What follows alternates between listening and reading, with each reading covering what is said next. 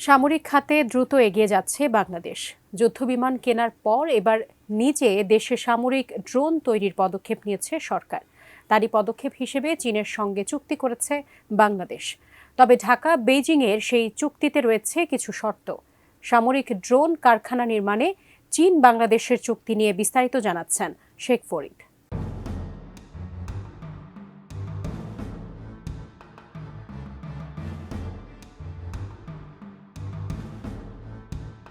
সামরিক ড্রোন তৈরির যুগে পদার্পণ করল বাংলাদেশ।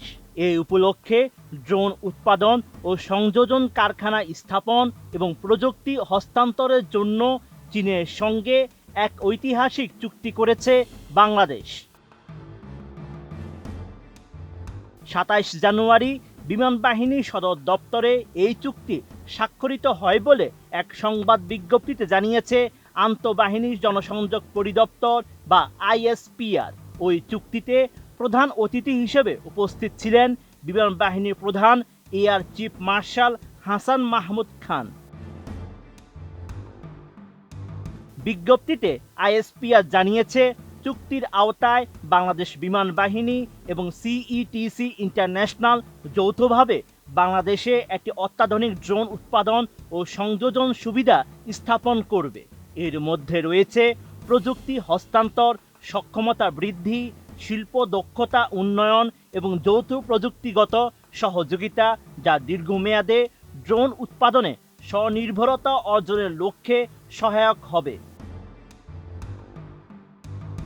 কোয়ালিটি সম্পন্ন আন্তর্জাতিক মানের still bar CSRM, committed for better still. Bangladesh বিমান বাহিনী প্রাথমিকভাবে বিভিন্ন ধরনের মাঝারি উচ্চতায় দীর্ঘ সময় উড্ডয়নে সক্ষম এবং উল্লম্বভাবে উড্ডয়ন ও অবতরণে সক্ষম ড্রোন উৎপাদন ও সংযোজনের সক্ষমতা অর্জন করবে। এই ড্রোনগুলো সামরিক কর্মকাণ্ডের পাশাপাশি মানবিক সহায়তা ও দুর্যোগ ব্যবস্থাপনায় উল্লেখযোগ্য ভূমিকা রাখবে। আইএসপিআর আরও জানিয়েছে, এই চুক্তির ফলে দেশীয় ড্রোন উৎপাদনে পূর্ণ স্বনির্ভরতা অর্জনের লক্ষ্যে সক্ষমতা সম্প্রসারিত হবে, যা জাতীয় ও আন্তর্জাতিক চাহিদা পূরণে সহায়ক হবে। একই সঙ্গে বিশেষায়িত প্রশিক্ষণ, জ্ঞান বিনিময় এবং দক্ষ অ্যারোস্পেস কর্মশক্তি গড়ে তোলার মাধ্যমে জাতীয় প্রযুক্তিগত অগ্রগতিতে উল্লেখযোগ্য অবদান রাখবে। এই চুক্তি স্বাক্ষর অনুষ্ঠানে চীনের রাষ্ট্রদূত ইয়াও ওয়েন, সশস্ত্র বাহিনী বিভাগের principal staff officer lieutenant general SM. Kamrul Hasan, প্রধান উপদেষ্টা কার্যালয়ের সচিব মোহাম্মদ সাইফুল্লাহ পান্না সহ সিইটিসি ইন্টারন্যাশনালের প্রতিনিধি, সশস্ত্র বাহিনী বিভাগের প্রতিনিধি, বিভিন্ন মন্ত্রণালয়ের উচ্চপদস্থ কর্মকর্তা এবং সংশ্লিষ্ট আমন্ত্রিত অতিথিরা উপস্থিত ছিলেন। Sheikh Farid, ATN news.